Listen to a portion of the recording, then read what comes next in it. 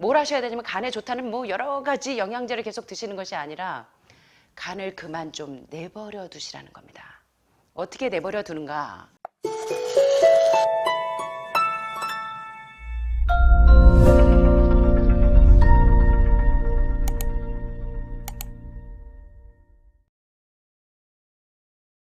이번 시간에 이 제목을 보시는 것처럼 피곤하고 지친 간을 살리는 가장 효율적인 방법에 대해서 제가 이제 인도 아유르베다 의학의 대가이신 안드레아스 모리치 선생님의 일부에서는 임동규 선생님의 책에 있는 이제 해독의 방법의 중요성에 대해서 살펴보겠고요. 자, 여기 보시는 것처럼 여기 간이 사진이 있네요. 자, 우리 몸이 1000량이라면 간은 900량이다. 또는 간에 기별도 안 가네. 또는 애간장을 녹여요. 또 간이 부었다. 여러분들이 많이 놀라시면 어우 간 떨어지는 줄 알았네. 이런 표현을 하시죠. 다른 장기에 비해서 간장과 관련된 속담이 참 많이 있습니다. 이유는 그만큼 간이 우리 몸에서 상당히 중요하다는 것을 옛사람들도 이미 알고 때문입니다. 그런데 정작 이렇게 중요한 간에 대한 생각을 우리는 과연 얼마나 하고 있을까요?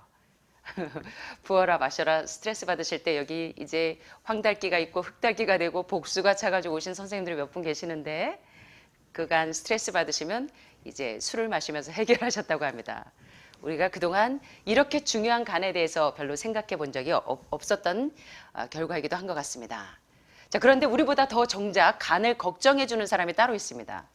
간장약과 간장 음료와 간장 식품을 만들어내는 회사들입니다. 대부분의 사람들은 광고에 따라서 순한 양처럼 술을 마시기 전에 열심히 간을 보호하는 여러 가지 제품들을 챙겨 드십니다. 그렇게 잘 챙겨 먹으면 술을 아무리 퍼부어도 절대로 간 질환에 걸리지 않을 것처럼 그렇게 많이들 그 보조제를 드시고 계시는데 그런다고 해서 간 질환에서 자유로울 수 있을까요? 흔히들 이제 간암의 원인으로 B형 간염 바이러스와 아플라톡신이라는 발암 물질을 거론합니다. 여러분들이 지금 여기 오신 분들이 간암하는 분들이 대개 지금 여기 선생님들 두 분이 대개 B형 간염에서 간암으로 진행돼서 오신 분들이 많습니다. 처음에는 건강한 간이었다가 그 다음엔 석회화되고 섬유화됐다가 그 다음에는 B형 간염으로 갔다가 마지막으로 이제 간암이 돼서 오시는 경우가 상당히 많으신데 대개 간암의 원인으로 진단하는 것이 B형 간염 바이러스이거나 또는 아플라톡신. 여러분 아플라톡신 많이 들어보셨죠? 예, 된장, 간장 담글 때 주로 그 메주가 이 발효될 때 그때 나오는 미생물과 이 아스퍼질러스 플라버스라고 하는 그 발암 물질이 아플라톡신이라고 하는 강력한 간암을 유발하는 발암 물질을 생성한다고 여러분들 다 알고 계십니다.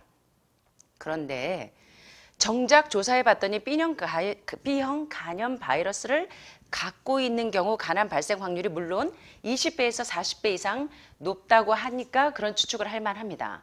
그러나 이것은 커다란 착각이라고 합니다. 자, 건강음식 질병에 관한 오해와 진실이라는 책에 언급된 실험 연구를 한번 살펴보겠습니다. 이렇게 아플라톡신이나 또는 B형 간염 바이러스를 투여해서 이 쥐에게 유전자 형질을 변형시켜 보았습니다. B형 간염 바이러스나 또는 그 유전자 형질을 아플라톡신을 투여해서 이 쥐에게 있어서 유전자 형질을 변형시킨 다음에 총 칼로리 대비 동물성 단백질 20%와 그 다음에 5% 그리고 단일 식물성 단백질 20%를 먹이로 준 실험 결과가 입이 딱 벌어질 정도로 놀라운 실험 결과가 나옵니다. 자, 동물성 단백질 20%를 준 그룹에서는 여기 보니까 100% 간암 발생률이 100%입니다. 동물성 단백질을 몇 프로 줬더니 20% 줬더니 그래서 왜 812를 기억하세요 하시는지 이해가 되십니까? 80%를 천연 탄수화물인 과일과 채소 그리고 복합 탄수화물의 비율로 먹고 탄수화물 하면 요새 저탄고지를 하시는 분들이 상당히 많기 때문에 모든 질병이 탄수화물에서 왔다고 생각하시지만 여러분들이 그런 오해에서 벗어나셔야 됩니다. 저탄고지의 치명적인 오해에서 탄수화물은 적게 먹고 지방을 많이 먹어야 된다는 이 건강에 대한 잘못된 인식에서 여러분들이 좀 깨어나실 필요가 있습니다. 물론 가짜 탄수화물을 의미하는 게 아닙니다. 가짜 지방을 의미하는 게 아닙니다. 진짜 탄수화물인 영양소가 다 살아있는 과일과 채소와 같은 천연 탄수화물 그리고 복합 탄수화물 정제되지 않은 흰쌀, 흰밀가루, 흰설탕이 아니라 정제되지 않은 그 곡류, 비타민 B군과 티아민군, 비타민 B 콤플렉스가 다 살아있는 천연 탄수화물을 의미합니다. 그래서 이제 많은 분들이 이제 이 저탄고지를 하시는 분들이 상당히 많아요. 그래서 지금 이제 2명 중에 하나, 3명 중에 하나가 이 암에 노출되고 여러 가지 질병에 노출되는 이유 가운데 하나라고 해도 과언이 아닐 만큼. 그래서 여러분들이 이 단백질과 지방질의 20, 30% 이상을 꼭 먹어야 된다는 강박관념에서 좀 벗어나실 필요가 있습니다. 여러분들의 현 주소가 그것을 이야기해주고 있기 때문입니다.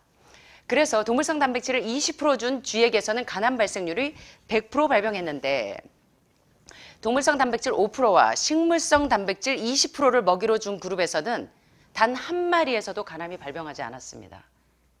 이게 무엇을 시사하는지 여러분이 곰곰이 잘 생각해 보셨으면 좋겠습니다. 강력한 발암물질인 아플라톡신이나 B형 간염 바이러스에 노출된 똑같은 상황이 있었는데 동물성 단백질이 과잉 공급되었을 때 10% 이상 20% 정도를 동물성 단백질을 공급했을 때는 간암이 100% 발병했는데 소량의 동물성 단백질 5%와 다량의 식물성 단백질 20%를 투여한 쥐에게서는 전혀 간암 발병률이 0%였습니다. 이것이 무엇을 시사하는지가 여러분들에게 닿으셨으면 좋겠습니다. 그 이유는 뭐냐면 유독성 아플라톡신이나 B형 간염 바이러스라고 하는 유독성 발암물질은 물론 우리의 유전자를 DNA를 변형시키지만 그러나 이 변형된 암세포를 성장시키는 것은 유독성 발암물질이 원인이 아니라 이 암세포를 성장시키는 것은 바로 인슐린 라이크 그로스 팩터 1과 같은 동물성 단백질이 주요하게 작용한다는 사실입니다.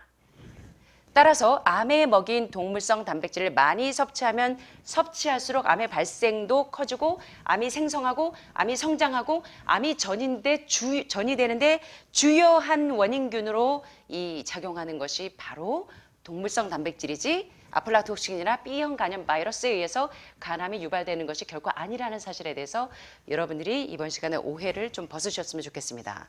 선택은 여러분의 몫이라는 것입니다.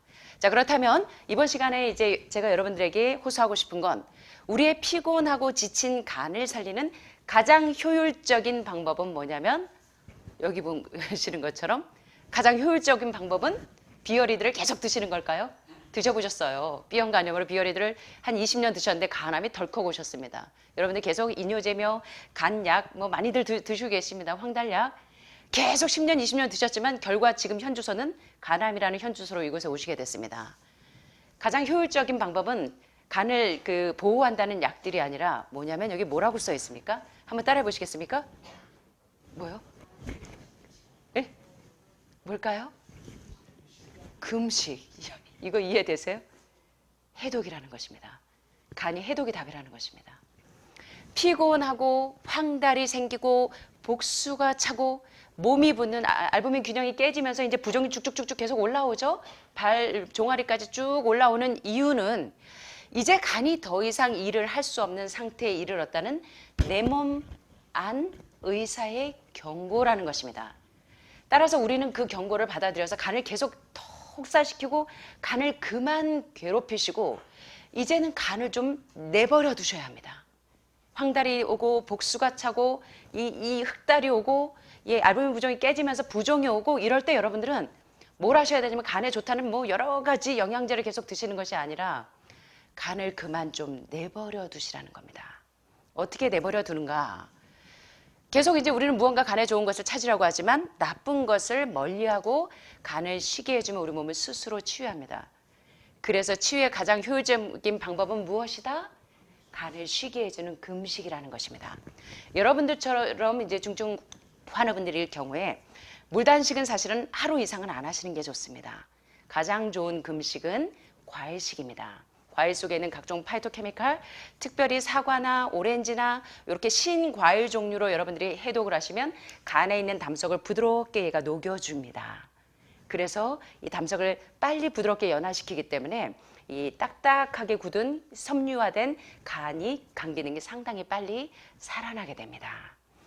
그래서 여러분들이 지난 시간에 제가 우리 집에서 가장 효율적인 비상약 뭐라고 소개해드렸죠? 감기가 오고 몸살이 오고 피부에 아토피가 있고 알러지가 오고 칸디다균 때문에 속상하고 암이 왔을지라도 여러분들이 가장 먼저 시행해야 될 일은 어떤 약을 먹거나 부신피조 호르몬 계통의 스테로이드 계통의 약물을 바르는 것이 아니라 뭐부터 해야 되냐면 단식부터 들어가셔야 된다는 것입니다. 체력에 따라서 단식이 좋다고 또 일주일에 한 달씩 하지 마시고요. 가장 오토파지가 잘 일어나서 이 병들고 망가진 세포가 가장 빨리 재생되고 스스로 병든 세포가 죽도록 명령을 내릴 수 있는 아포토시스 작용을 하는 그 단계가 바로 3일째입니다. 3일째. 그래서 3일 과일식이 가장 효과적입니다. 그래서 아침, 점심, 저녁 한 가지 과일, 두 가지 섞지 마시고 한 가지 과일을 아침, 점심, 저녁 배고프지 않을 정도로 200에서 300g 정도를 그렇게 아침, 점심, 저녁을 먹어주는 것이 가장 안전합니다. 그래서 하늘마을 프로그램뿐만 아니라 중증 환자들을 잘 케어하는 요양원에서 환자들 회복률이 높은 데 보면 공통점이 있습니다. 바로 해독의 5단계 시스템을 적용하는 것들이 상당히 회복률이 빠른 것을 보게 됩니다. 그래서 여러분들이 치유의 가장 효율적인 방법은 바로 이 과일식이나 이런 단식을 활용하시는 것이 여러분의 과로한 간을 쉬게 해줘서 이 지난 시간에 말씀드린 것처럼 단식은 치유의 첫 단계만 있는 것이 아니라 여러분의 삶의 일부분입니다. 이제 여러분은 저녁은 과일만 드시고 일주일에 하루나 이틀을 계속 로이 월퍼드 박사나 가장 이 많은 중증 환자들이 평생 장수할 수 있도록 만드는 비결이 뭐냐면 규칙적인 해독식인 것입니다. 그래서 해독이 답입니다. 그래서 암에 한번 걸렸던 병력이 있는 분들은 계속 해독과 영양요법을 드라마틱하게 조율을 잘 하시면 됩니다. 그러면 재발과 전이 없이 여러분들이 회복되는데 상당히 도움을 얻으실 수 있다는 것입니다. 그래서 금식은 단순히 발암물질이 유입하는 것을 차단하는 것만이 아닙니다. 유기농이라고 해도 이들을 대사하는 것은 결국 간입니다. 특별히 초기의 해독 단계에 있어서는 탄수화물 비율도 줄이셔야 됩니다. 그래서 칼로리를 적게 절식 또는 아예 금식하는 것이 초기 단계에서는 해독식을 3일 과일식, 3일 보식, 3일 일반식 이렇게 해서 한 달 정도 여러분들이 이 333 프로그램을 해독요법을 하시면 대개는 대장이 폐색되어 있는 것이 뚫립니다. 대장부터 시작하죠. 그 다음에 이제 기생충을 40일 정도 하면 세포 속에 덕지덕지 심지어는 뇌졸중, 뇌경색, 뇌에도 얼마나 기생충들이 덕지덕지 이렇게 이 흡착이 되어 있는지 이 흡충들이 게다가 이제 기생충 40일 동안 하고 난 다음에 이제 간 청소를 신장이나 간 해독을 한 일주일 정도 하고 그 다음에 이제 혈액 청소를 5단계를 일주일에 1년에 2차례 정도 하시고 한두 달 간격으로 간 청소를 규칙적으로 하시면 재발 전이 없이 이제 여러분의 유방세포가 또는 전립선암 세포가 또는 위암 세포가 석회화되고 섬유화되는 것을 막을 수 있는 가장 좋은 방법이 해독이라는 것입니다. 제가 27년, 28년 이 여러분들과 생활하면서 경험한 이 노하우입니다. 그래서 여러분들이 암은 무섭게 생각하지 마시고 여러분들이 이제 잘못되어 있는 생활 습관과 식습관을 고쳐서 절제하기 전에, 항암하기 전에, 방사선 하기 전에 여러분들의 몸을 이 올바른 균형지고 올바른 식생활로 여러분의 몸을 다시 리셋하시고 재생하게 되시길 간절히 바랍니다. 그래서 특별히 이제 간을 피로하고 지치고 황달이 오고 복수가 찬 이 간을 회복하는데 가장 중요한 이번 시간의 하이라이트는 뭐냐면 단식. 특별히 물단식은 하루 이상은 하지 않으시는 게 좋고 가급적이면 과일식으로 아침, 점심, 저녁 배고프지 않을 정도의 과일식을 계속 로테이션 하셔서 대장폐색 뚫고 그 다음 단계로 진행하시는 게 좋겠습니다.